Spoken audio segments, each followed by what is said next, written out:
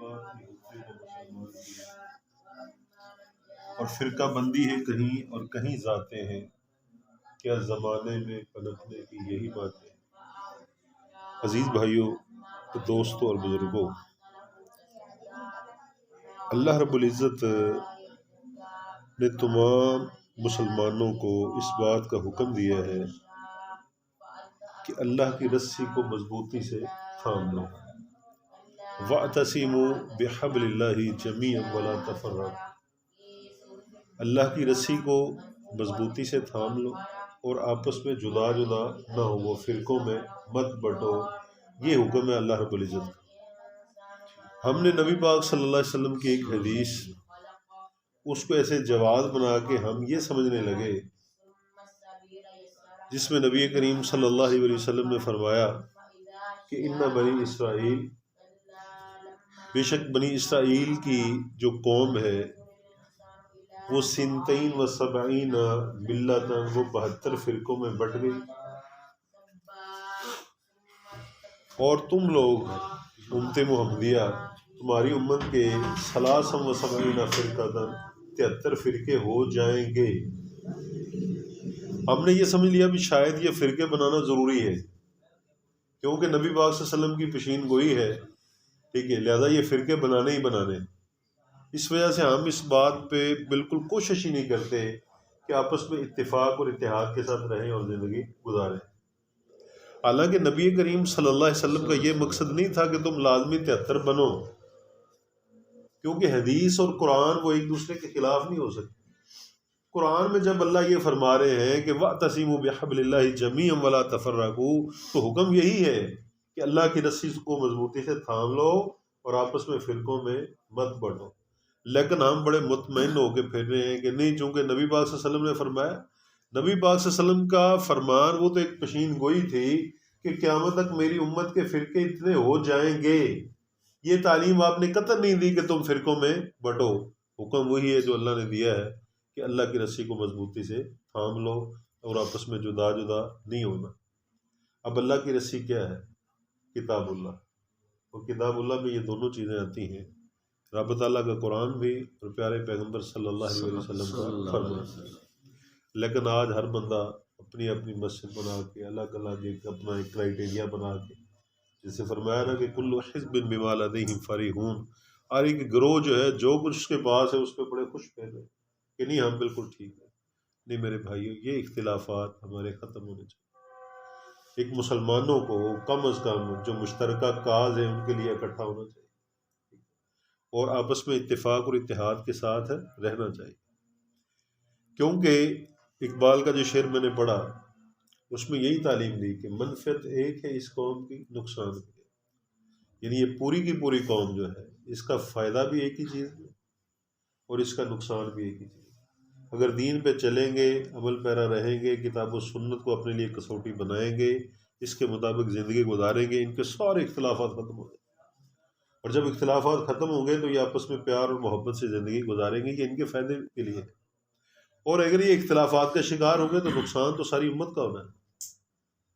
اس لیے کہا کہ ایک ہی سب کا نبی بھی ایک ہے، رسول اللہ صلی اللہ علیہ وسلم۔ جو بریلوی ہے وہ بھی نبی پاک صلی اللہ علیہ وسلم کو مانتا ہے، جو دیوبندی ہے وہ بھی ان کو مانتا ہے، جو اہل حدیث ہے وہ بھی ان کو مانتا ہے۔ اور میں آپ کو بتاتا چلوں، عرض کرتا چلوں کہ یہ جو اتفاق اور اتحاد ہے نا، یہ اللہ رب العزت کی بہت بڑی نعمت ہے، جس کا تذکرہ باقاعدہ اللہ رب العزت نے فرمایا، باقاعدہ اللہ رب العزت نے اس کا تذکرہ فرمایا اور بتایا ہے کہ وَاعْتَصِمُوا بِحَبْلِ اللَّهِ جَمِيعًا وَلَا تَفَرَّقُوا وَاذْكُرُوا نِعْمَتَ اللَّهِ، اور اس اللہ کی نعمت کو یاد کرو، اللہ کے انعام کو یاد کرو کہ اذ کنتم اعداء، جب تم آپس میں دشمن تھے، فَأَلَّفَ بَيْنَ قُلُوبِكُمْ، اللہ نے تمہارے دلوں میں محبت پیدا کی، فَأَصْبَحْتُمْ بِنِعْمَتِهِ إِخْوَانًا، تم اللہ کی نعمت اور احسان اور انعام کی وجہ سے آپس میں بھائی بن۔ وہ مولانا علی نے کہا تھا نا کہ کبھی پانی پینے پلانے پہ جھگڑا، کبھی گھوڑا آگے بڑھانے پہ جھگڑا۔ وہ دہس اور غبرہ کی جو دو لڑائیاں تھیں جو اوس اور خزرج کے درمیان تھی، اور 40 سال تک وہ لڑائی جاری رہی، پھر نبی پاک صلی اللہ علیہ وسلم جب مبعوث ہوئے، وہ مسلمان ہوئے، ان کی صلح ہو گئی۔ وہ کس بات سے ہوئی تھی؟ صرف ایک گروہ قبیلہ کہتا تھا میں نے پہلے پانی پلانا ہے، دوسرے نے کہا میں نے پلانا۔ اس بات سے وہ لڑائی ایسی چھڑی کہ اتنے سالوں تک وہ لڑائی چلتی۔ فرمایا بھی جب تم دشمن تھے آپس میں فَأَصْبَحْتُم بِنِعْمَتِهِ إِخْوَانًا، تم اللہ کی نعمت سے، اللہ کے فضل سے آپس میں بھائی بھائی بن. کیونکہ اللہ کا بہت بڑا کرم ہے کہ اللہ انسان کو اتفاق اور اتحاد والی زندگی دے. اور فرمایا یہ جو اختلافات اور لڑائیاں ہیں وہ کیا تھی؟ تم آگ کے گڑھے کے کنارے پہ تھے. اگلی آیتوں میں فرمایا کہ تم آگ کے گڑھے کے کنارے پہ تھے. فَأَنْقَذَكُم مِّنْهَا، اللہ رب العزت نے اپنا نبی بھیج کے تمہیں اس آگ کے گڑھے کے کنارے سے بچا لیا. یعنی گویا کہ جب بندہ اختلافات کا شکار ہوتا ہے تو جہنم کے کنارے پہ چلتا ہے، اس کے بعد اس نے اس میں گرنا ہی گرنا ہے. تو اللہ نے مومنوں پہ، مسلمانوں پہ احسان کیا کہ اپنا نبی بھیج کے ان کو آگ کے گڑھے کے کنارے سے بچا لیا. آج ہم لوگوں نے اسی نبی کے نام پہ معاذ اللہ پھر آگ کے گڑھے کے کنارے کی طرف جا. یہی ہے نا، یہ آپ دیکھیں گے اختلافات. اس کی وجہ کیا ہے کہ وہ جو حبل اللہ ہے نا اس کو ہم نے سمجھا ہی نہیں آج تک. اگر ہم حبل اللہ کو سارے مضبوطی سے پکڑ لیں تو فرقے ختم ہوتے ہیں، اختلافات ختم ہوتے ہیں. لیکن ہم نے اپنی مرضی کی جو ہے نا، ہر ایک نے 1.5 اینٹ کی مسجد بنا لی اور اپنی مرضی کی ہم نے حبل اللہ بنا لی. جبکہ حبل اللہ سے مراد یہی اللہ کا قرآن ہے اور پیارے پیغمبر صلی اللہ علیہ وسلم کا. جب ہم اس پہ آئیں گے اللہ کے فضل و کرم سے کبھی اختلافات کا شکار. اور ہمارے ہاں تو مختلف ہے نا فرق،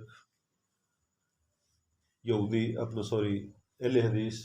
اب اہل حدیث کی بھی آگے ذیلی جماعتیں کہیں، گرچہ مشن ایک ہی ہے لیکن وہ اپنی اپنی کرسیوں کے چکروں میں، لیڈری کے چکر میں اختلافات کا شکار ہے. بریلوی جو ان میں دیکھ لیں بڑے آگے ہیں، مختلف، کوئی نقش بندی ہے، کوئی سور وردی ہے، کوئی کچھ ہے، کوئی کچھ ہے. دیوبندیوں میں دیکھ لیں کوئی حیاتی ہے، کوئی نماتی ہے، پھر آگے ان کے بھی آگے ذیلی مختلف ہیں. یہ تو ہمارے ہاں جو ہم لوگوں نے تقسیم بنائی، یہ ہماری تقسیم کیوں بنی ہے؟ کیونکہ ہم نے حبل اللہ کو مضبوطی سے نہیں پکڑا، اللہ کے حکم کو نہیں مانا. اگر اللہ کے حکم کو ہم مان لیتے تو اللہ کے فضل و کرم سے کبھی بھی ہم اختلافات کا شکار نہ. کیونکہ اللہ نے تو یہ قرآن اور حدیث اور یہ نبی ہمیں دیا تھا اختلاف ختم کرنے کے لیے. کیونکہ وہ اتنے سالوں کی لڑائیاں، تو ایسے مسلمان اور ایسی اخوت کا رشتہ ان میں قائم ہو گیا کہ جب مہاجرین ہجرت کر کے مدینہ تشریف لے گئے تو انصار نے اپنا سب کچھ پیش کر دیا. اور اس سے بڑی آپ کو اتحاد کی مثال مجھے پیش کر کے دکھائیں ذرا پوری انسانی تاریخ میں، کہ انہوں نے کہا کہ یہ میرا بھائی ہے، یہ میرا مال ہے، اس کو میں نے آدھا آدھا کر دیا، آدھا میں رکھتا ہوں آدھا میرے بھائی. دیکھیے کیسے. اور کہا کہ میری یہ 1 سے زائد بیویاں ہیں، میرا بھائی جس کو پسند کرتا ہے میں اس کو طلاق دیتا ہوں، عدت کے بعد وہ اس سے نکالتا ہے. اس سے بڑا اثار اور دکھائی. اور یہ اخوت اور یہ بھائی چارہ کیسے قائم ہوا تھا؟ وہ حبل اللہ کو مضبوطی سے پکڑنا. لیکن ہم ایسے نام کے مسلمان بنے ہوئے، ہم نے حقیقت میں اس حبل اللہ کو چھوڑا ہے. تو دیکھتے ہیں اب یہ پیچھے 12 ربیع الاول کا تھا سارا ایشو، اس میں آپ دیکھیں کیا کیا ہوتا رہا. اللہ تعالیٰ معاف کرے. یعنی پہلی دفعہ جب آپ حدیث سے ہٹتے ہیں، سنت کو چھوڑتے ہیں، تو آپ کو کوئی بھی گمراہی سے نہیں بچا سکتا. کیونکہ فرمایا نبی پاک صلی اللہ علیہ وسلم کے ہر خطبے کے جو الفاظ تھے نا، کل بدعت ضلال وکل ضلالۃ فی النار، ہر قسم کی بدعت و گمراہی ہے، اور ہر گمراہی انسان کو جہنم میں لے. اور پھر گمراہی جو ہے نا اس کو بندہ ایسے اسپیسیفائی نہیں آپ کر سکتے کہ ایک جگہ پہ ٹکی رہے گی، وہ پھر بڑھتی جاتی ہے. یہ کبھی 12 یوم وفات ہوتا تھا، پھر 12 میلاد ہوا، ٹھیک، اس کے بعد جناب کیک کاٹے جانے لگے، پھر جناب ڈھول شروع ہو گئے، پھر جناب وہ بڑولیاں بری جا رہی. اور اب تو اللہ معاف کرے بڑھتے بڑھتے اب تو وہ حور کی انٹری بھی ہوگی. دیکھا آپ نے؟ اللہ کی پناہ ہے. اور اس کا وہ قصہ جو بعد میں سامنے آیا وہ سبھی نے دیکھا کہ اس کے ساتھ 30,000 روپے پہ انہوں نے بات طے کی تھی، اس کو پورے پیسے نہیں دیے، اس نے پھر FIR کٹوا دی، وہ عدالت میں چلی گئی، وہ سارا معاملہ. کیسی بغیرتی ہے پتہ لگا یہ اس حبل اللہ کو چھوڑنے کی وجہ سے. حالانکہ جنت اللہ معاف کرے کو معمولی، فرمایا کہ ما خطر علی قلب، کسی انسان کے دل میں اس کا تصور بھی نہیں ہے. اور جو جنت کی حوریں ہیں فرمایا لم یطمثن انس ولا جان، اس کو نہ کسی انسان نے چھوا ہے نہ کسی جن نے چھوا ہے، کسی نے دیکھا بھی نہیں، کسی کے دل میں تصور بھی نہیں آ سکتا. اور اس کا ایک دوپٹہ اگر اس دنیا میں آ جائے تو یہ سارے اس کے حصول کے لیے مر جائیں گے. اس کی ایک جھلک سے یہ پوری دنیا روشن ہو جائے. ایسی اللہ نے حوریں بنائی اپنی مومن بندوں کے لیے. اور انہوں نے وہ طویفوں کو اور بازاری عورتوں کو لا کے بے پردہ جو وہ سامنے کھڑا کر دیا. اور کھڑا کس کے نام کیا؟ نبی کے نام. اندازہ جبکہ نبی کریم صلی اللہ علیہ وسلم پوری زندگی کا ریکارڈ ہے کہ کبھی کسی غیر محرم کو چھوا تک نہیں. اندازہ کی یہ تو آج پیر شیر نام کو بھی پیار دیتے ہیں، کبھی جفیاں ڈال رہے ہیں، کبھی سجدے کروا رہے، کبھی کچھ کر رہے، کبھی کچھ کر رہے، اللہ تعالیٰ معاف فرمائے. پوری زندگی کا ریکارڈ. آپ بیعت بھی لیتے تھے تو دور سے لیتے تھے، کبھی کسی کو. اور آپ نے فرمایا کسی بندے کے لیے، مسلمان کے لیے اس سے بہتر ہے کہ وہ کسی غیر محرم عورت کو چھوئے، ہاتھ لگائے، اس سے بہتر ہے کہ اس کے سر میں سے سوئیاں مار مار کے نا چھید کیا جائے. یعنی یہ اس کے لیے بہتر ہے کسی غیر محرم عورت کو چھونے سے. اندازہ کرو. اور یہاں دیکھ لیں نبی کے نام پہ کیا کیا ہو رہا ہے. اس کی وجہ کیا ہے بھائیوں کہ ہم اختلافات کا شکار ہو گئے. جو اللہ کا حکم تھا اس کو ہم نے نہیں مانا، اور وہی فرقہ بندی ہے کہیں اور کہیں جاتے ہیں. کیا زمانے میں پنپنے کی یہی بات ہے؟ اور اقبال نے کہا کہ ایک ہوں مسلم حرم کی پاسبانی کے لیے، نیل کے ساحل سے لے کے تاب خاک کے کاشگر. ہونا تو یہ چاہیے تھا کہ سارے مسلمان. فرمایا کہ المسلم کالمسلم کا جسد واحد، مسلمان مسلمان کے لیے ایک جسم کی مانند ہے. جسم کے اگر پاؤں میں کانٹا چبھے نا تو پورا جسم اس درد کو محسوس کرے. لیکن مسلمان اختلافات کا شکار ہو گئے. اس کی وجہ کیا ہے کہ اللہ کے حکم کو نہیں مانا، وہ حبل اللہ کو نہیں مانا. اگر ہم حبل اللہ کو پکڑ لیتے مضبوطی سے تو سوال ہی پیدا نہیں ہوتا کہ ہمارے یہ فرقے. اچھا یہ تو ہمارے ہاں بنے ہوئے نا، لیکن جو غیر مسلم ہیں وہ ہمیں کس نظر سے دیکھتے ہیں؟ اصل میں یہ پیغام دینا میرے آج کے درس کا مقصود تھا. یہودی جو ہے نا، یہودی ان کا ایک گروپ ہے جس کو صہیونی کہتے ہیں، یعنی کٹڑ قسم کے یہودی. صہیونیت ان کی ایک تاریخ ہے، ٹھیک ہے. اس کے جو سارے لوگ ہیں یہ یہودی، وہ ہمارا مطالعہ اور ہماری تفریق اور مسلمانوں کی تقسیم وہ اس طرح سے نہیں کرتے کہ بریلوی دیوبندی واپی سب سے. ان کے یہاں جو تقسیم ہے نا مسلمانوں کی، وہ ہے ایک سیکولر مسلمان. یعنی پہلی قسم مسلمانوں کی کیا ہے؟ سیکولر مسلمان. سیکولر مسلمان کو اگر میں آسان لفظوں میں آپ کو سمجھاؤں تو آپ ایسے سمجھ لیں کہ نام کے مسلمان، مسلمانوں کے گھر پیدا ہوئے بس مسلمان ہے. اب ایسا جو گروپ ہے نا ان کو دین سے کوئی غرض نہیں، اور جو دین پہ عمل پیرا ہوتے ہیں ان کو ویسے سمجھتے ہیں یہ تو فضول سے لوگ ہیں، مولوی سے لوگ ہیں، ان کا کیا نمازیں پڑھے وغیرہ. وہ کہتے ہیں اصل مسلمان تو ہمیں، ان کو کیا لگے سیاست سے، معیشت معاشرت سے کوئی تعلق نہیں ہے. کہتے جی ہم بس مسلمان ہیں، تو بھی دل کیا تو کوئی بھی عید کی نماز پڑھ دی. تو ایسے لوگوں کو یہودی باقاعدہ سپورٹ کرتے ہیں، ان کو اپنے ساتھ اقتدار میں شامل رکھتے ہیں. کیوں؟ تاکہ ان کے ذریعے وہ اپنا ایجنڈا مسلم ممالک میں مسلط کر سکتے. اور وہ کون ہے؟ ہمارے حکمران. آپ اندازہ کر لیجیے، ان کو کوئی غرض نہیں، جو مرضی ہوتا رہے. بس وہ تو باہر جا کے یہی بتاتے ہیں کہ وی آر سیکولر بس. تو وہ ان کو اپنے ساتھ شامل بھی کرتے ہیں، تعاون بھی کرتے ہیں، سب کچھ کرتے ہیں. تو ایک یہ تقسیم کرتے ہیں یہودیوں کے ہاں. دوسری تقسیم جو ان کے ہاں ہے نا وہ ہے ماڈرنسٹ، یعنی جدیدیت کے پیروکار جو مسلمان ہیں. یعنی جتنا آپ اسلام میں کوئی نئی چیز پیدا کریں گے اتنا وہ آپ کو سپورٹ کریں گے. اور یہ مختلف گروپ جیسے الیاس قادری کا وہ آپ دیکھ لیں، وہ پورا چینل بنا ہوا، وہ صبح سے لے کے شام تک اس پہ جو گند پھیلا رہا ہے، جو بدعت اور شرک پھیلا رہا ہے، اللہ کی پناہ ہے. اللہ تعالیٰ معاف. اور ہر چیز کو جناب مدنی مدنی. ابھی تو وہ آپ نے کبھی سوشل میڈیا آپ چیک کرتے ہوں گے، دیکھتے ہوں گے، مدنی سیویاں ان کا رنگ بھی سمجھ ہو گیا، اور مدنی حلوے اور مدنی جناب پتہ نہیں کیا کیا. اللہ تعالیٰ معاف کرے. اس پہ وہ سارا گند پھیلائے جا رہے ہیں. ان کو وہ باقاعدہ فنڈنگ کرتے ہیں، کیونکہ جتنا آپ سنت سے لوگوں کو ہٹائیں گے اتنا ان کا مشن کامیاب ہو. کیونکہ جب تک لوگ سنت پہ عمل پیرا رہیں گے تو اصل جو دین حبل اللہ ہے نا اس میں کسی ایرے گہرے نتو خیرے کی کوئی گنجائش نہیں ہے. وہ آ نہیں سکتا، اس میں داخل نہیں ہو سکتا. ان کی کوئی بھی پلاننگ چال اس میں کامیاب نہیں ہو سکتی. لہذا وہ ان کو باقاعدہ فنڈنگ کر کے باقاعدہ سپورٹ کرتے ہیں. اور ہو سکتا ہے اپنے بندے ٹریڈ کر کے ان میں شامل بھی کرتے ہوں گے یقیناً، تاکہ لوگوں کو اس مشن پہ لگائے رکھیں، ان پہ پکا کیے رکھیں. اگر کسی کو آپ معاشی تنگی جو ہے تو وہ اس کی سپورٹ بھی کرتے ہیں. اور باقاعدہ ایسی رپورٹیں بھی ملی کہ سبز ہری پگڑی باندھنے کے وہ پیسے دیتے ہیں. کیوں؟ تاکہ ان کا جتھا مضبوط رہے. ان کو یہودی باقاعدہ فنڈنگ کرتے ہیں. اور یہ میلادی شلادی اور جو بھی سارے پیر پرست اور نئے نئے جو بھی فتنے پیدا ہو رہے ہیں نا اسلام میں، جو اصل دین سے ہٹ کے ہیں، جو حبل اللہ سے ہٹ کے ہیں، وہ سارے ان کے پیچھے وہ عیسائیونی ہیں، ان کو باقاعدہ سپورٹ کرتے ہیں. وہ اس انداز سے دیکھیں. تو ایک تو یہ ہو گیا. تیسری تقسیم ہے جو ٹریڈیشنل مسلم ہیں، روایتی مسلمان. ان روایتی مسلمانوں کو وہ کہتے ہیں بھائی ان کو نہ چھیڑو. اس سے مراد کون؟ یہی جو مدارس کے ساتھ اٹیچ لوگ ہیں، وہ ساری جماعتوں میں، حدیثوں میں بھی ہیں، دیوبندیوں میں بھی ہیں، مختلف ریلیوں میں بھی، وہ کہتے ہیں بس یہ ٹھیک ہے، انہوں نے مدرسہ بنایا ہے، یہ چپ کر کے ادھر بیٹھے اللہ اللہ کر رہے ہیں، قرآن حدیث پڑھا رہے ہیں. اور ایسے ہے بھی، یعنی یہ جو مدارس میں لوگ بیٹھے ہوتے ہیں نا، ہم عام طور پہ سمجھتے ہیں وہ لوگ کہ یہ جو دین ہے نا اپنا، یہ بس یہاں تک ہی بات ہے، ہمیں کیا لگے سیاست سے، ہمیں کیا لگے معیشت معاشرت سے، یہ تو سارے کام ان کے ہیں، ہمارا کام ہے بس یہ. وہ کام ٹھیک ہے، وہ کر رہے ہیں. اور وہ جو لارڈ میکالے والا تھا نا فلسفہ، وہ یہاں کچھ کچھ کامیاب ہوتا نظر آتا ہے. کیسے؟ اس نے کہا تھا کہ I give to the Muslims such an educational system which will take away the Muslims from اسلام.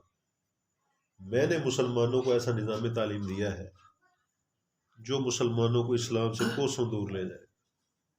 اور آج جو ملک پاکستان میں نظام چل رہا ہے نا، یہی لارڈ میکالے کا نظام. وہ کیا ہے کہ بیچارے جو مدارس ہیں ان کے پاس تو وسائل ہی نہیں تھے. آپ کو پتہ ہے کہ شروع میں گھروں میں سے لوگ کھانا کھاتے تھے، تو انہوں نے کم از کم وہ اصل جو دین ہے نا، قرآن و حدیث، اس کو زندہ رکھا. ان کے پاس اتنے وسائل نہیں تھے کہ وہ تعلیم طب کی دے سکتے اور یا باقی دے سکتے. وہ تو بیچارے مشکل سے وہی سبجیکٹ پڑھاتے تھے. حالانکہ یہ جتنے بھی سبجیکٹ ہیں، سائنس کے سبجیکٹ ہیں، انجینئرنگ کے ہیں، طب کے ہیں، میڈیکل ہے، یہ سارے تو مسلمانوں کے. جتنے بڑے بڑے سائنس سب سے پہلے جنہوں نے دنیا کا نقشہ بدلا ہے، سارے مسلمان. لیکن وہ انہوں نے ایسے دور کر دیا کہ جو لوگ مدارس کی طرف آ گئے انہوں نے سمجھا کہ بس ہم ٹھیک ہیں، باقی تو سارے معاذ اللہ کافر ہیں. اور جو ادھر چلے گئے انہوں نے کہا جی یہ تو مولوی، یہ ان کا کام ہے قرآن و حدیث پڑھنا، اصل کام تو ہم کر رہے ہیں. بس اسی تفریق میں آپ اندازہ کیجیے وہ ایک دوسرے سے ایسے دور ہوئے اور ایک دوسرے سے. اب جو ادھر بیٹھے ہیں وہ سمجھتے ہیں ہم بس ٹھیک ہے، ہمیں ادھر جانے کی ضرورت نہیں. اور وہ کہتے ہیں نہیں، یہ تو مولویوں کا کام، بس ادھر نمازیں پڑھتے رہے، ہم جو کچھ کر رہے ہیں ہم ٹھیک کر رہے ہیں. وہ ان کو کافر سمجھتے ہیں، وہ ان کو سمجھتے ہیں کہ یہ ایسے فضول سے لوگ. اور یہ جو بہت بڑی خلیج عائل ہو چکی ہے نا، اس نے یقین جانے سارا نظام ہی تباہ کر، سارا تعلیمی سسٹم تباہ کر. حالانکہ پہلے جو اچھا جتنا بڑا عالم ہوتا تھا نا، اتنا ہی بڑا طبیب ہوتا. اور یہی چیز تھی. کتنے لوگ یہ البیرونی اور ابن الہیثم اور سارے نام پڑے، ابن رشد انہوں نے وہ بدایت المجتہد کتاب لکھی فقہ کی، وہ 2-3 جلدوں میں ہے وہ کتاب. اور ایسے ایسے مسائل اس میں، ایسی ٹف قسم کی عربی اس کی ہے کہ بندہ اس کو آسانی سے سمجھ نہیں سکتا اتنی جلدی. اس کے لیے بڑی محنت چاہیے. اور وہ سائنسدان بھی تھے. تو یہ سارا کام جو ہے نا انہوں نے ایسے تقسیم کیا کہ ہم لوگ ایسے خلیج ہمارے درمیان پیدا ہو گئی، کچھ ادھر ہو گئے کچھ ادھر ہو گئے. اب جو ٹریڈیشنل مسلم جو ہے نا، جس کی وہ تقسیم کرتے ہیں، وہ کہتے ہیں کہ یہ جو مدارس میں بیٹھے ہیں نا، ان کو مت چھیڑو، یہ بس ادھر لگے ہوئے پڑھ رہے ہیں، بٹ ٹھیک ہے، آپ اپنا مشن جاری رکھو، یہ جو دوسرے ہیں ان کو سپورٹ کرو، تاکہ جو عامت الناس ہے وہ دین سے دور رہے، تو بس ہمارا کام چلتا رہے. تو ایک تقسیم ان کے آ گئی. جو چوتھی تقسیم ہے نا، وہ کرتے ہیں کہ فنڈامنٹلسٹ، بنیاد پرست مسلم. اس سے مراد وہ لیتے ہیں جو نظام کو بدلنے کی بات کرتے ہیں. نظام کو بدلنے کے لیے علامہ احسان علیہ ظہیر کوشش کرتے تھے، اللہ تعالیٰ ان کو غریق رحمت فرمائے. وہ نظام کو بدلنے کی بات کرتے تھے، نظام میں مصطفیٰ کی بات کرتے تھے کہ یہ جو ایسا گھسا پٹا نظام ہے نا، وہ کہتے تھے یہ اسلامی نظام نہیں ہے، ہم اس کے تحت نہیں رہ سکتے. ضیاء اللہ کو کیوں چیلنج کرتے تھے؟ تم ایسے نام لیتے رہتے ہو، اسلام کا نفاذ کرو. ساری زندگی اسی جد و جہد میں وہ رہے، بالآخر زندگی جتنی تھی اللہ کو پیارے ہو گئے. ڈاکٹر اسرار جو ہے وہ خلافت کی بات کرتے تھے. آج جب ڈاکٹر اسرار کے آپ بیانات سنیں نا، یقین جانے ایسے لگتا ہے جب وہ زندہ تھے نا، ہم لوگ واقعی زندگی میں قدر نہیں کرتے. لیکن اب آپ اس کے کلپس وہ اکثر آتے ہوتے ہیں، کبھی آپ سنیں تو آپ کیسے لگتا ہے کہ جو کچھ وہ کہہ رہے ہیں منوان درست ہے. یقین جانے ایسی پیشین گوئی ہیں. وہ نظام کی خلافت کی بات کرتے تھے، کیونکہ آپ کی جو ہے نا، آپ اگر سمجھتے کہ صحیح زندگی ہماری گزرے، اس کا ایک ہی حل ہے خلافت. یقین جانے یہ خلافت کو، آپ کو پتہ ہے خلافت عثمانیوں کو کس انداز سے انہوں نے تباہی کی طرف بھیجا تھا اور خلافت کو ختم کیا تھا، کیونکہ خلافت ہی مسلمانوں کی بقا کی ضمانت. وہ ایک گندی جمہوریت کی طرف آ گئے. اب مجھے بتائیں یہ جو نظام چل رہا ہے، اس کے تحت آپ کیا کر سکتے ہیں؟ میں کہتا ہوں جتنا مرضی کو اچھے سے اچھا بندہ آ جائے، وہ کچھ بھی نہیں کر سکتا اس نظام میں رہ کے، جس نظام کے تحت ہم رہے. وہ کہتے ہیں بھی کوئی بھی معاشرہ جو ہے نا، وہ کفر اور شرک پہ تو قائم رہ سکتا ہے، ظلم پہ نہیں قائم رہ سکتا۔ آپ ہمارے ملک کا نظام دیکھ لیں، ظلم ہی ظلم ہے۔ یہ عدالتی سسٹم کو آپ دیکھیں، میں اکثر سوچتا ہوتا ہوں کہ ایک بندہ، اس کا بیٹا قتل ہو گیا، وہ بیچارہ اپنا پورا گھر لٹا دیتا ہے یہ ثابت کرنے میں کہ میرا بیٹا قتل ہو گیا، بالکل، اور گھر لٹانے کے بعد نتیجہ کیا نکلتا ہے؟ وہ کہتا ہے جی ملزم باعزت بری ہے، شک کی بنیاد پہ اس کو بری کر۔ آپ اسلامی نظام تو وہ قاضی القضات کا نظام ہے نا، کہ قاضی کے سامنے جناب پیش ہو مدعی، وہ کہ جی میرے ساتھ اس نے یہ ظلم کیا ہے، وہ اس کو بلائے، اس کی بات بھی سنے، پھر وہ اپنے ذرائع سے اس کی تحقیق کرے اور میرٹ پہ فیصلہ دے، 2 منٹ میں فیصلہ جناب اس کی انصاف دہلیز پہ، پھر نظام چلتے ہیں۔ یہاں تو ہر چیز ہی بگڑی ہوئی ہے، اور اس کے تحت ہم رہ رہے ہیں۔ آپ اپنا معافی زمین عدالت میں جا کے بیان نہیں کر سکتے، وہ تو انہیں عدالت ہے، وکیل کی آپ کو مدد لینی پڑتی ہے، اور وکیل آپس میں ساز باز کرتے ہیں، آپ کے کیس کو ایسے کیا جاتا ہے کہ اللہ کی پناہ ہے۔ میں 2 مثالیں اس نظام کے حوالے سے آپ کے سامنے کوٹ کرتا ہوں۔ یہ آج ہی میں نے وہ سوشل میڈیا پہ دیکھا کلپ، کہتے جی جج صاحب نے نا ایک وہ ریڑھی باندھ تھا، اسے معافی مانگی۔ معافی کیا مانگی کہ اس کو 5 دن کی سزا ہوئی تھی، 5 دن کی سزا کے خلاف اس نے اپیل کی، 6 سال کے بعد وہ رہا ہوا ہے۔ سزا 5 دن کی تھی، اور وہ جج صاحب معافی مانگ رہے تھے، مجھے معاف کر دیں۔ یہ سسٹم ہے ہمارا۔ اور کوئٹہ سے وہ جو سزائے موت کا ایک قیدی، عمر قید کا ایک بندہ، اس کے ساتھ جج صاحب نے جیل میں ملاقات کی، جیل کے دورے پہ گیا جج، وہ بزرگ بندہ ہو چکا تھا، وہ آیا، اس نے آ کے اس سے ملا، اس نے کہا جناب میرے لیے بھی کچھ ہو سکتا ہے۔ اس نے پوچھا بھی کیا معاملہ ہے؟ اس نے کہا میری ایک بھانجی تھی، اس کی شادی میں نے کی تھی کوئٹہ، وہ کسی وجہ سے شوہر کی اور ان کی آپس میں نہ بنی، طلاق ہو گئی۔